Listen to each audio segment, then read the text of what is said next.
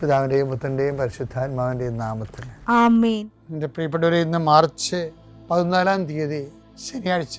അമ്മേ പരിശുദ്ധ അമ്മേ, അമ്മേ പരിശുദ്ധ ദൈവമാതാവേ, കൃപാസനത്തിലൂടെ ഞങ്ങൾക്കും ഞങ്ങളുടെ ദേശത്തിനും അമ്മ മധ്യസ്ഥം തേടി തന്ന എല്ലാ അനുഗ്രഹങ്ങൾക്കും കൃപകൾക്കും ഞങ്ങളിപ്പോൾ ഹൃദയം നിറഞ്ഞ നന്ദി പറയുന്നു.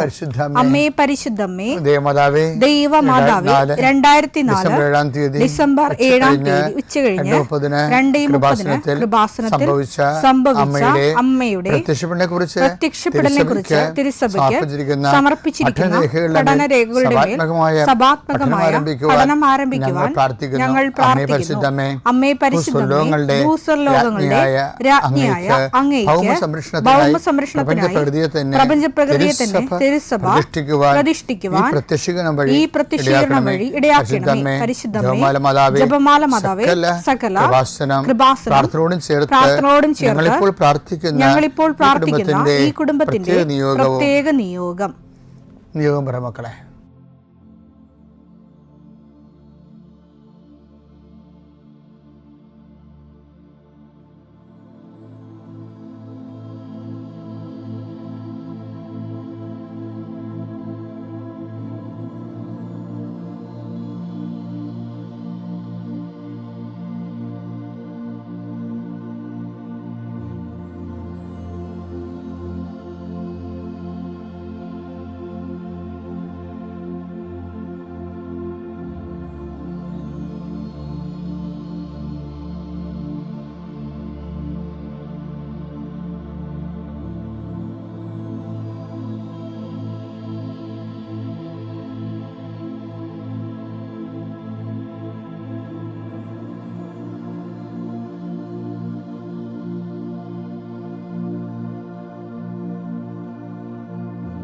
അമ്മയുടെ പ്രത്യക്ഷീകരണത്തിന്റെ ഈ അനുഗ്രഹവേളയിൽ ഞങ്ങൾക്ക് സാധിച്ചു തരുവാൻ കനിയണമേ. ആമേൻ. വിശ്വാസ പ്രമാണം. സർവശക്തനായ പിതാവും ആകാശത്തിന്റെയും ഭൂമിയുടെയും സൃഷ്ടാവുമായ ദൈവത്തിൽ ഞാൻ വിശ്വസിക്കുന്നു. അവിടുത്തെ ഏകപുത്രനും ഞങ്ങളുടെ കർത്താവുമായ ഈശോ മിശിഹായിലും ഞാൻ വിശ്വസിക്കുന്നു. ഈ പുത്രൻ പരിശുദ്ധാത്മാവിനാൽ ഗർഭസ്ഥനായി കന്യകാമറിയത്തിൽ നിന്ന് പിറന്ന് പൊന്തിയോസ് പീലാത്തോസിന്റെ കാലത്ത് പീഡകൾ സഹിച്ച് കുരിശിൽ തറയ്ക്കപ്പെട്ട് മരിച്ച് അടക്കപ്പെട്ട് പാതാളങ്ങളിൽ ഇറങ്ങി മരിച്ചവരുടെ ഇടയിൽ നിന്ന് 3-ാം നാൾ ഉയർത്ത് സ്വർഗത്തിലേക്ക് എഴുന്നള്ളി സർവശക്തിയുള്ള പിതാവായ ദൈവത്തിന്റെ വലതുഭാഗത്തിരിക്കുന്നു. അവിടെ നിന്ന് ജീവിക്കുന്നവരെയും മരിച്ചവരെയും വിധിക്കുവാൻ വരുമെന്നും ഞാൻ വിശ്വസിക്കുന്നു. പരിശുദ്ധാത്മാവിലും ഞാൻ വിശ്വസിക്കുന്നു. വിശുദ്ധ കത്തോലിക്കാ സഭയിലും പുണ്യവാന്മാരുടെ ഐക്യത്തിലും പാപങ്ങളുടെ മോചനത്തിലും ശരീരത്തിന്റെ ഉയർപ്പിലും നിത്യമായ ജീവിതത്തിലും ഞാൻ വിശ്വസിക്കുന്നു. ആമേൻ. സുഖസ്ഥനായ ഞങ്ങളുടെ പിതാവേ, അങ്ങയുടെ നാമം പൂജിതമാകണമേ. അങ്ങയുടെ രാജ്യം വരണമേ. അങ്ങയുടെ തിരുമനസ് സ്വർഗത്തിലെ പോലെ ഭൂമിയിലും ആകണമേ. അന്നു വേണ്ടുന്ന ആഹാരം ഇന്ന് ഞങ്ങൾക്ക് തരണമേ.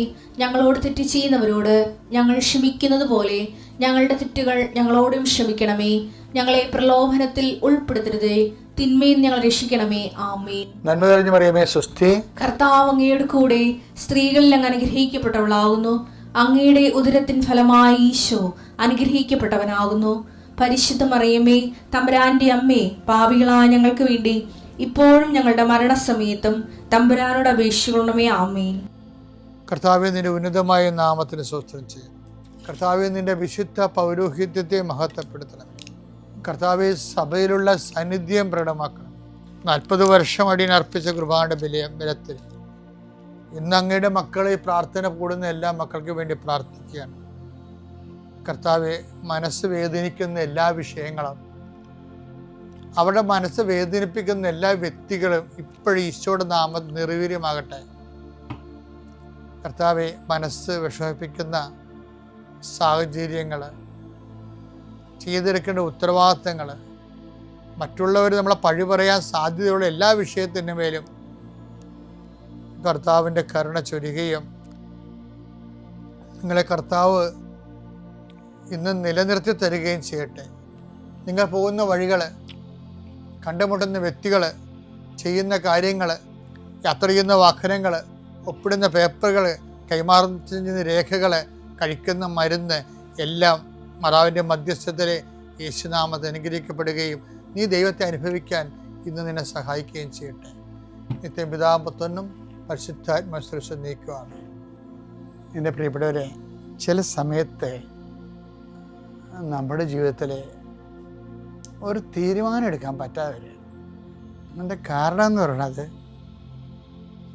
ദൈവത്തിൻ്റെ ഇഷ്ടവും നമ്മുടെ താല്പര്യവും ഈ ചിലപ്പോൾ വാളും പരിചയം പോലെ പരസ്പരം വിരുദ്ധമായിരിക്കും. വാള് വെട്ടാനും പരിചയം തടയാനുമാണല്ലേ. അത് ഒരുപോലെ തന്നെ നമുക്ക് നമ്മുടെ ജീവിതത്തിൽ ഇതുപോലെയുള്ള വിരുദ്ധമായ ആശയങ്ങൾ, ദൈവത്തിൻ്റെ മനസ്സൊന്ന്, നമ്മൾ നേരെ എതിരാണ്. അപ്പം അങ്ങനെ വരുമ്പോൾ എന്തു ചെയ്യും നമ്മൾ? അത് ഞാൻ എന്താ പറയാൻ കാര്യം അറിയാം, കഴിഞ്ഞ ദിവസങ്ങളിലൊക്കെ നമ്മൾ ഈ താബോർ മല കണ്ടില്ലേ? താബോർ മല കണ്ടപ്പോൾ താബോർ മല എന്താ സംഭവിക്കണത്? നമ്മൾ കണ്ടതാ. എന്നാൽ ഞാൻ ജസ്റ്റ് ഓർപ്പിക്കുക. കർത്താവ് താബോർ മലയിൽ വന്നപ്പോൾ യാക്കോബ് യോഹന്നാൻ പത്രോസിനെ കൂട്ടിക്കൊണ്ട് മുകളിൽ പോയി. കർത്താവ് പ്രാർത്ഥിക്കുമ്പോൾ അവൻ രൂപാന്തരപ്പെട്ടു. ദൈവിക രൂപം, യഥാർത്ഥ ദൈവിക രൂപം അപ്പോസ്തലന്മാർ കണ്ടു. അപ്പോസ്തലന്മാർ പറഞ്ഞെന്താണ്?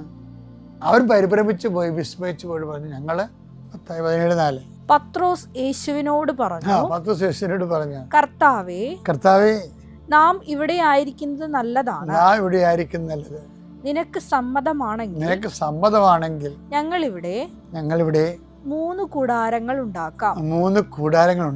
ഒന്ന് നിനക്ക്, ഒന്ന് മോശയ്ക്ക്, ഒന്ന് ഏലിയാവിന്.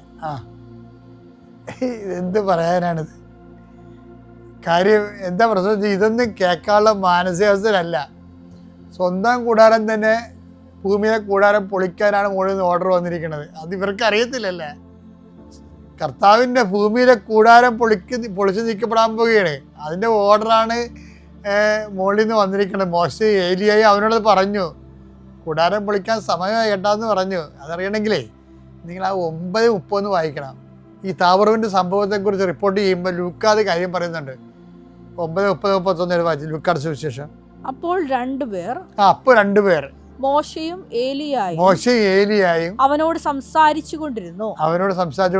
അവർ മഹത്വത്തോടെ കാണപ്പെട്ടു. എന്താണ് സംസാരിച്ചത് നോക്കിയേ?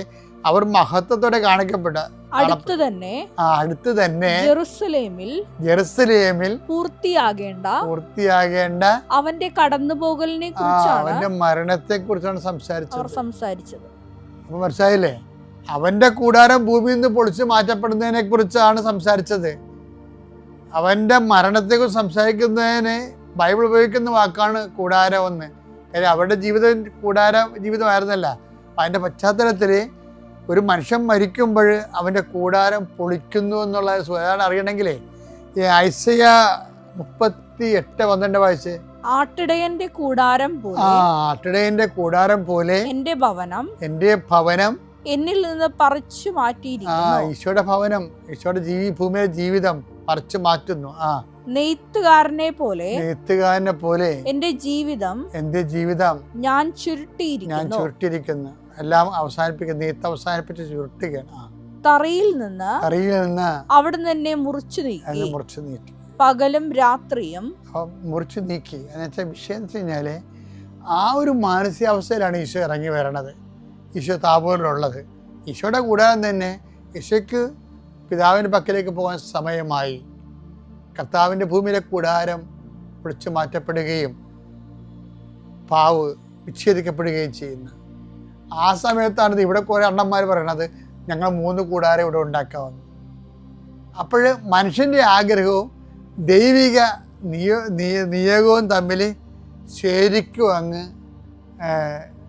കയറി കടിക്കുന്നുണ്ട്. നടക്കത്തില്ല, വിരുദ്ധമായിപ്പോയി. അങ്ങനെ വിരുദ്ധമായി കഴിഞ്ഞാൽ എന്ത് ചെയ്യും? നമ്മുടെ ദൈവത്തിൻ്റെ ഇഷ്ടം ഒന്ന്, നമ്മളുടെ ഇഷ്ടം വേറെ ഒന്ന്. അങ്ങനെ എപ്പോഴും സംഭവിക്കും. ഞാൻ ഇന്നലെ ഒരു മരിപ്പിന് പോയി. 41 വയസ്സേ ഉള്ളു. പണ്ട് അവൻ്റെ കുഞ്ഞുനാളിലൊക്കെ എൻ്റെ അടുത്ത് പ്രാർത്ഥിക്കാൻ വന്നായിരുന്നു. പെട്ടെന്ന് അറ്റാക്ക് വന്ന് മരിച്ചു. അവൻ്റെ അപ്പനാണെങ്കിൽ അവിടെ നിന്നിട്ട് അവൻ്റെ അപ്പനാണ് ഭയങ്കര സങ്കടം. അദ്ദേഹം ഇങ്ങനെ ദുഃഖം കടിച്ച് അമർത്താൻ പറ്റാതെ ഇങ്ങനെ ആംഗ്യമൊക്കെ കാണിച്ചുകൊണ്ടിരിക്കുകയാണ്, ചൂണ്ടിക്കാണിക്കണം. എന്ത് പറ്റി, തന്നെത്താൻ തന്നെ ചോദിക്കണേ. വല്ലാത്തൊരു സീനായിപ്പോയി. ഞാൻ പിന്നെ അദ്ദേഹത്തെ പോയി സാന്ത്വനപ്പെടുത്തി. എന്നാലും അദ്ദേഹത്തിന് വയസ്സുണ്ട്, ഈ 40 വയസ്സിലെ മകൻ്റെ മരണം എങ്ങനെ സഹിക്കാം? അപ്പം ദൈവഹിതം ഒന്ന് വരുമ്പോൾ നമ്മുടെ ഇഷ്ടം വേറെ ആയിട്ട് തമ്മിലും ഒക്കെ പൊരുത്തപ്പെടുത്തില്ല. അപ്പം അങ്ങനെ പൊരുത്തപ്പെടാതെ ജീവിതത്തിൽ വരും. അങ്ങനെ പൊരുത്തപ്പെടാതെ വരുമ്പോൾ നമ്മൾ എന്ത് ചെയ്യും? അത് ഈശോയ്ക്ക് സംഭവിച്ചത് അത് തന്നെയാണ്. പിതാവിൻ്റെ ഇഷ്ടം ഒന്ന്, ഈശോയുടെ ഇഷ്ടം ഒന്ന്. സാധ്യമെങ്കിൽ സാധ്യമെങ്കിൽ ഈ പാനപാത്രം എന്നെ കടന്നു പോട്ടെന്ന് ഈശോ പ്രാർത്ഥിക്കണില്ല. ജീവിതത്തിൽ മൊത്തം ഇതുണ്ട്, ഈ പാരഡോക്സ് ഉണ്ട്. ദൈവകൽപ്പന ഒന്ന്, ദൈവത്തിൻ്റെ ഇഷ്ടം ഒന്ന്, നമ്മുടെ ഇഷ്ടം നേരെ മറ്റൊന്ന്. അപ്പം നമ്മൾ എന്ത് ചെയ്യും? അവൻ എന്ത് ചെയ്യും എന്നുള്ളതിനെക്കുറിച്ച് ഉടനെ നിത്യപിതാവിൻ്റെ സ്വരമുണ്ട്. എന്താണ് ഈ അപ്പം പറയണത്? 17:5. അവൻ സംസാരിച്ചുകൊണ്ടിരിക്കുമ്പോൾ ശോഭയേറിയ ഒരു മേഘം വന്ന് അവരെ ആവരണം ചെയ്തു. മേഘത്തിൽ നിന്ന് ഇങ്ങനെയൊരു സ്വരമുണ്ടായി, ഇവൻ എന്റെ പ്രിയപുത്രൻ, ഇവനിൽ ഞാൻ പ്രസാദിച്ചിരിക്കുന്നു, ഇവന്റെ വാക്ക് ശ്രവിക്കുവിൻ. അതാണ് വിഷയം. ഇങ്ങനെ അസന്നിഗ്ധമായ കഷ്ടം, ദൈവഹിതം ഒന്ന്, മനുഷ്യൻ്റെ ആഗ്രഹം വേറെ ഒന്ന്, തമ്മിൽ കൂട്ടുമുട്ടുമ്പോൾ നമ്മുടെ മുമ്പിലുള്ള തിരഞ്ഞെടുപ്പ് എന്താണ്? കർത്താവിൻ്റെ വചനം എന്താണ് അതിനെക്കുറിച്ച് പറയണത്? അതിനനുസരിക്കണം. അതാണ് ഒരു വിശ്വാസ തിരഞ്ഞെടുപ്പ്. ഇവനെ ശ്രവിക്കുവിൻ. ഈ വാക്ക് നേരത്തെ നമ്മൾ കേട്ടതല്ലേ? എവിടെ കേട്ട്? കർത്താവിനെ ജ്ഞാനസ്നാനപ്പെടുത്തുമ്പോൾ പിതാവ് വന്ന് സംസാരിച്ച് ഇതേ വാക്ക് this is my beloved son in whom I am well pleased എന്നല്ല പറഞ്ഞത്. പക്ഷേ ഇപ്പം എന്താ പറയണത്? ഇപ്പം പ്ലീസിങ് ഒന്നും അല്ല പറയണത്. ഇപ്പം എന്താ പറയണത്? ഞാൻ പ്രസാദിച്ചെന്നല്ല പറയണത്, നിങ്ങൾ അവനെ ശ്രമിക്കണമെന്ന്. ഈ അസന്നിഗ്ധമായ ഘട്ടത്തിൽ എൻ്റെ ഇഷ്ടത്തിനെതിരെ നിങ്ങളുടെ ഇഷ്ടം വരുമ്പോൾ നിങ്ങൾക്ക് മുമ്പിലുള്ള തിരഞ്ഞെടുപ്പ് എന്താണ്? ഈശോയെ ശ്രമിക്കണതാണ്. ഈശോ പറഞ്ഞ ആ മേഖലയിൽ ഈശോയുടെ വചനം എന്താണ്? അപ്പം നമ്മൾ സിമ്പിളല്ലേ? വിശ്വാസിയുടെ വെളിച്ചമാണ് വചനം എന്ന് പറഞ്ഞതിൻ്റെ കാരണം അതാണ്. അപ്പോൾ നമ്മുടെ ജീവിതത്തിൽ എന്തെങ്കിലും ഒരു വിരുദ്ധമായ ദൈവിക ഇഷ്ടം വന്നാൽ, നമ്മുടെ ഇഷ്ടത്തിനെതിരെ ഒരു ദൈവ ഇഷ്ടമായിട്ട് വേറെ ഒരു നിയോഗം വന്നാൽ പിന്നെ നമ്മുടെ മുമ്പിലുള്ള തിരഞ്ഞെടുപ്പ് എന്താ? നമ്മുടെ ഇഷ്ടമല്ല, കർത്താവിൻ്റെ വചനമാണ് പാലിക്കേണ്ടത്. അങ്ങനെ പാലിക്കാൻ നിങ്ങൾക്ക് ദൈവം അനുഗ്രഹം തരട്ടെ. പിതാവിൻ്റെയും പുത്രൻ്റെയും പരിശുദ്ധാത്മാവിൻ്റെയും നാമത്തിൽ.